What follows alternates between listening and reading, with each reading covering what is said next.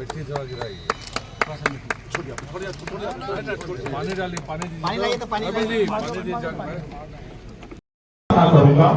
मैं करवत प्रार्थना करूंगा कि मंच से आप लोग भी अपनी कुर्सी पे चले जाएं। कैमरा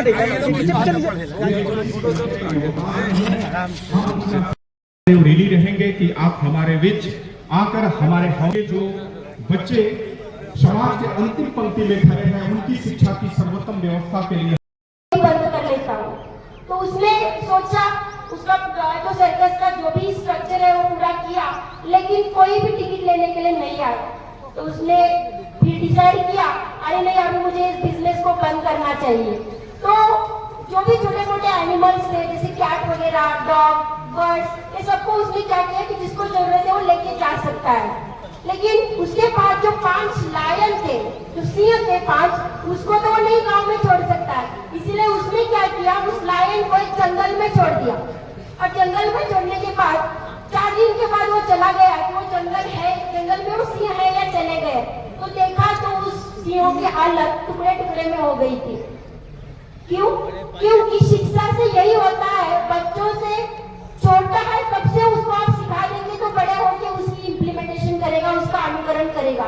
उस ये लोगों को कुछ पता नहीं था, वो छोटे बच्चे थे तब उनको सर्कस में लाया और उनको इतना ही पता था कि मेरे सामने जो मांस आ रहा है उसको ही बस खाना है और मुझे सर्कस में जैसे नाच रहे हैं वैसे नचाना है, इसके अलावा उसको कुछ पता नहीं था। लेकिन शिक्षा से हम इंडिपेंडेंस बन जाते हैं, किसी के ऊपर हम नहीं रह सकते कि नहीं मुझे आज खुद कमाना है, मेरे पेरेंट्स का नाम मुझे ऊंचा करना है। यही है कि उस लायन को पता नहीं था, इसीलिए उनकी हालत क्या हुई कि उस जंगल में जंगली कुत्तों ने उस लायन को तोड़ा।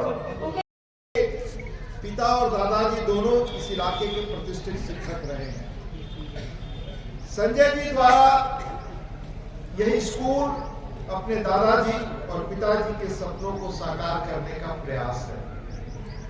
जो चाहते थे कि एक ऐसा स्कूल खुले जहां शिक्षा के साथ संस्कार को भी समान महत्व मिले, शिक्षा के साथ संस्कार।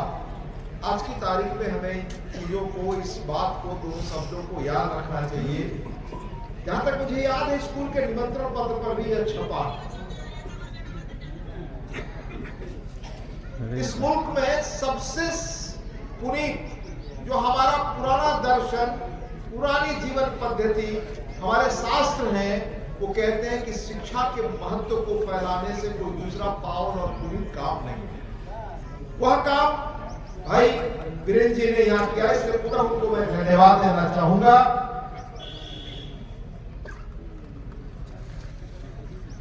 यह काम इस इलाके में जब गांधी जी 1917 में आए और यहाँ से जो आंदोलन शुरू किया, उतने बड़े आंदोलन को करते हुए आज कब लोग याद रखते हैं कि उन्होंने स्कूल खोले, स्कूलों की स्थापना की। इन स्कूलों का मैं आपको उनकी प्रासंगिकता आज की तारीख में मैं आपको बताऊंगा। संस्कार और सरोकार ये सबसे जरूरी चीज है जीवन की, इन्हीं से चरित्र बनता है।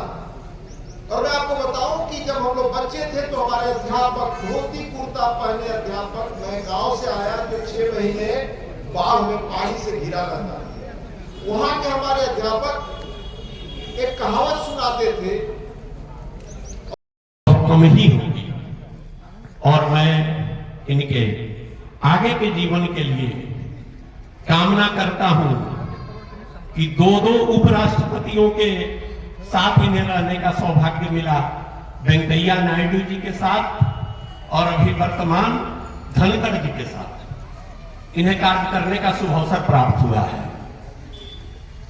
मैं तहे दिल से यह मंगल कामना करता हूं कि यह बिहार का सर्वोच्च पद, राष्ट्रपति पद पर आसीन हो जाए तो हम लोग का कलेजा जरूर हो जाए।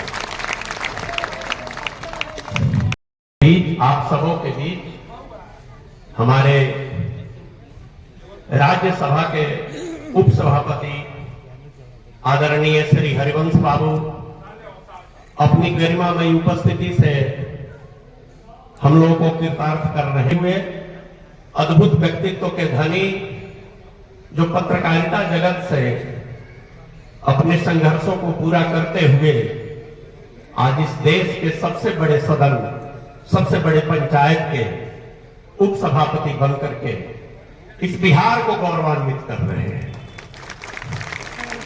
और हम सब अभिभूत हैं, अद्भुत व्यक्तित्व के स्वामी।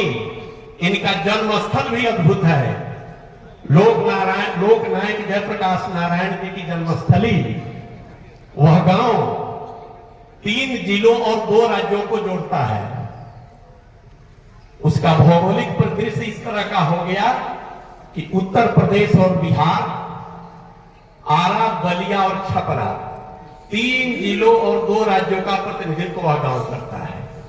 जिस तरह बहुआयामी व्यक्तित्व के धनी है, उसी तरह इनका जन्मस्थल भी बहुआयामी व्यक्तित्व का है। और